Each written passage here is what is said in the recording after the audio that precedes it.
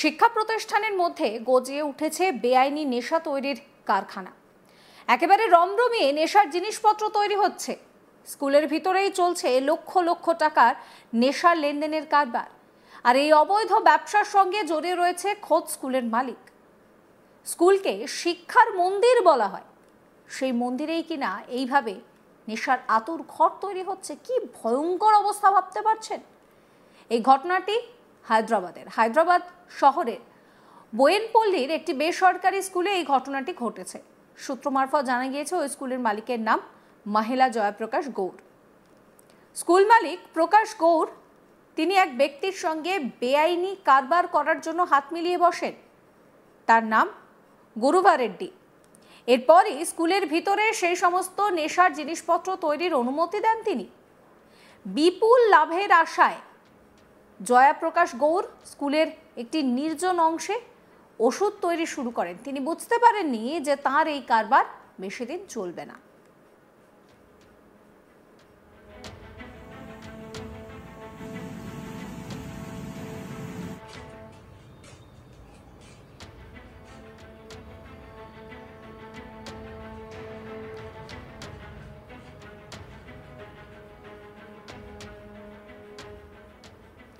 এরপরেই তদন্তকারীরা স্কুলে অভিযান চালিয়ে তাদের এই অবৈধ নেশার কারবারে জল ঢেলে দেয়।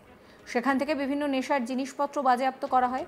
পুলিশ জানিয়েছে স্কুল থেকে নগদ 21 লক্ষ টাকা, বিপুল পরিমাণ নেশার জিনিসপত্র, রাসায়নিক উদ্ধার হয়েছে। অবৈধ এই কাজকর্ম স্কুলের ভিতরে বেশ কয়েক মাস ধরেই চলছিল।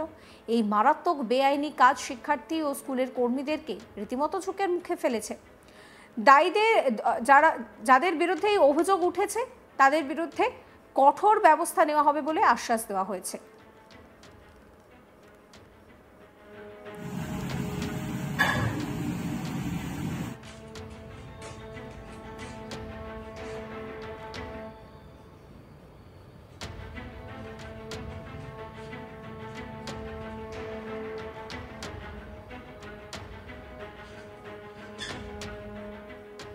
কোথা থেকে এই নেশার সরঞ্জাম পাচার করা হতো ধৃতদেরকে জেরা করে সেই বিষয়টাই জানার চেষ্টা করছে পুলিশ।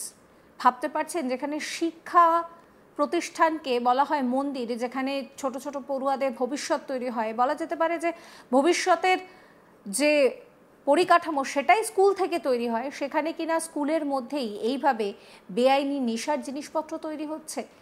শিক্ষা প্রতিষ্ঠানের মধ্যেই এইভাবে বেআইনি নেশার জিনিস তৈরির কারখানা একেবারে রমরমিয়ে চলছে, আর তাতে মদত রয়েছে স্কুলেরই লোকজনের। কি পরিস্থিতি!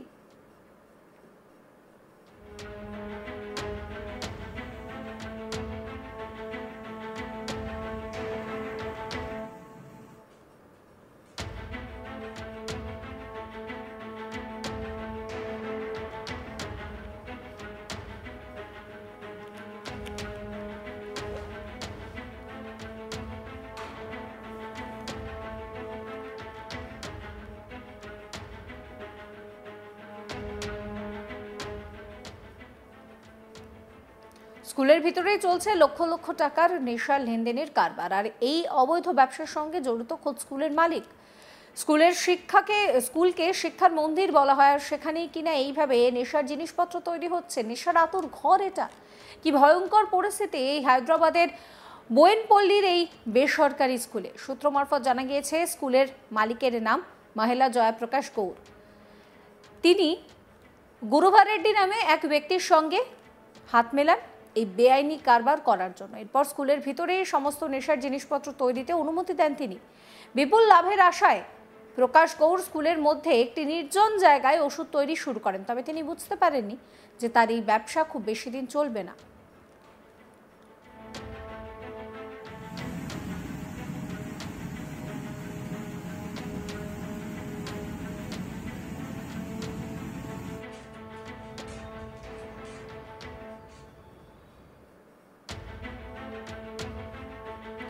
খবর পেয়ে তদন্তকারীরা তারা স্কুলে অভিযান চালান এবং তারপর এই সমস্ত অবৈধ নেশার কারবারে তারা এক প্রকার জল ঢেলে দেন।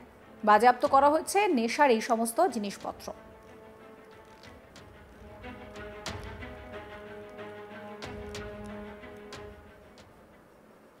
সমস্ত খবরের আপডেটের জন্য আপনাদের নজর থাকুক আজ তাক বাংলায়। চ্যানেলটিকে সাবস্ক্রাইব করবেন, নোটিফিকেশন পেতে বেল আইকনে ক্লিক করবেন, ফলো করতে ভুলবেন না আজ তাক বাংলার হোয়াটসঅ্যাপ চ্যানেলও।